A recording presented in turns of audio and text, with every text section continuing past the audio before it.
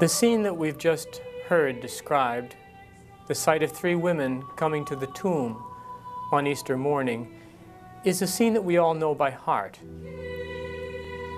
It's a scene which I'm sure we've seen or imagined so many times before. A problem that comes up with this particular scene, however, is that none of these women, nor anyone else for that matter, has yet witnessed the risen Lord. And because of that, a difficulty we might have with it is that we tend to rush through it, much like we might skip a few chapters of a book we've read before to get to the part that we like. Or we want to fast forward it the way we might with a video we've seen before. We want to get to the part where these people and Jesus see each other, where they're reunited, and where they all live happily ever after. But in that skipping ahead, we might miss a part of the story, we might miss a moment in the story which, even though it might not seem so initially, is a scene which is probably a lot more familiar to many of us than the scene of their happy reunion with the risen Christ. And that's the moment in which these faithful but grieving women come and find the tomb empty. And they look into darkness. And as Luke says, they find themselves not knowing what to think. That's the part of the story that we would just like to skip over or to forget about, to somehow pretend that the suffering which they felt and the loneliness they experienced and the hopelessness and confusion that they may have felt, to pretend that it just didn't happen. Isn't it true that most of us would like to believe that Christ is risen from the dead?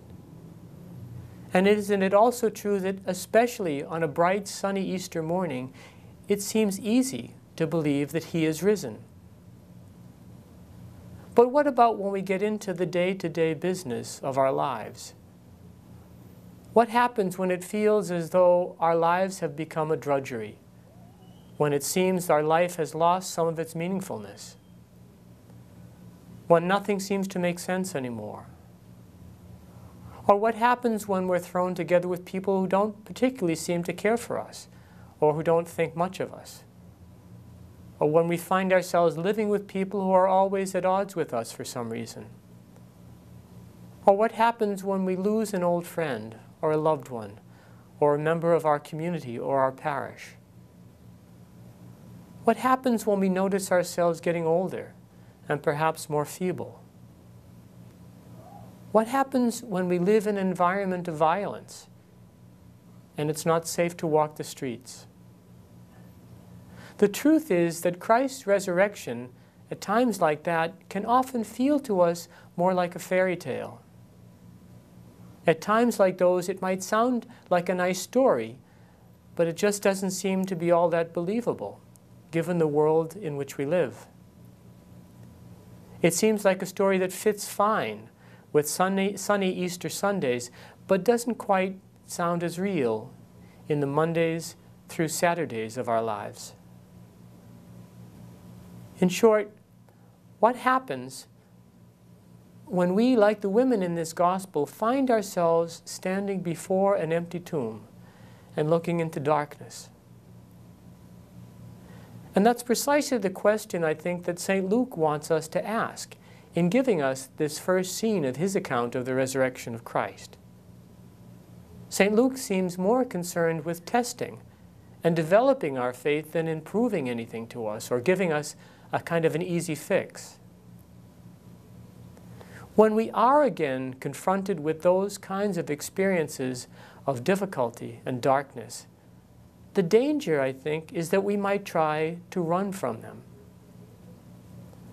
Like these women, we might forget everything that Jesus said about how He would rise again, how He would be there to help us, how He would not abandon us.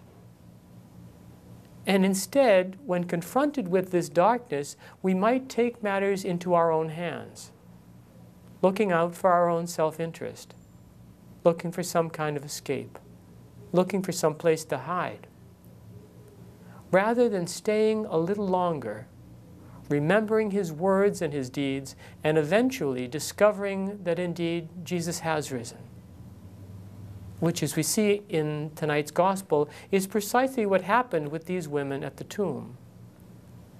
In the midst of all of that darkness and fear and confusion of the empty tomb, and with the angel's help, they remembered his words.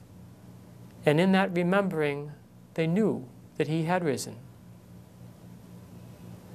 Jesus suffered and died and rose again, not so that we could just forget it. But he suffered, died, and rose so that we could remember it.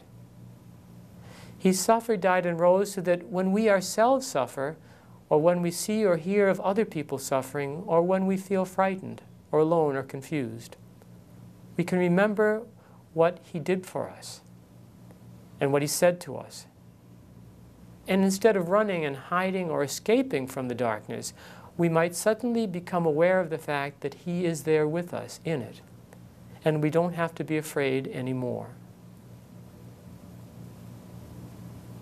That's all we are asked to do in this gospel, just to remember what he said and did for us.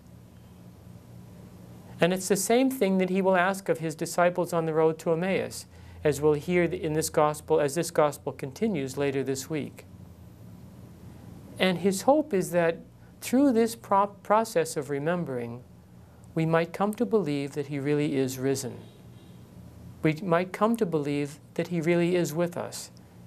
And we might share the news of his resurrection, the fact that he lives, with all those who still dwell in darkness, with all those who have given up hope, with all those who still may forget everything that Jesus said and did. And so today, let us rejoice in the fact that Jesus is in fact risen. Let us truly be aware of the fact that our Redeemer lives and that he loves us and wants us to love each other.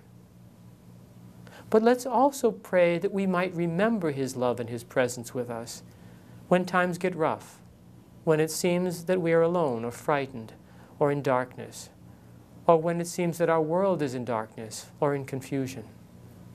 So that in those times we might turn not to ourselves and to our own resources, but to him, trusting that we'll find him close to us, reminding us of his love, so that we can share that love with each other and with all of God's people.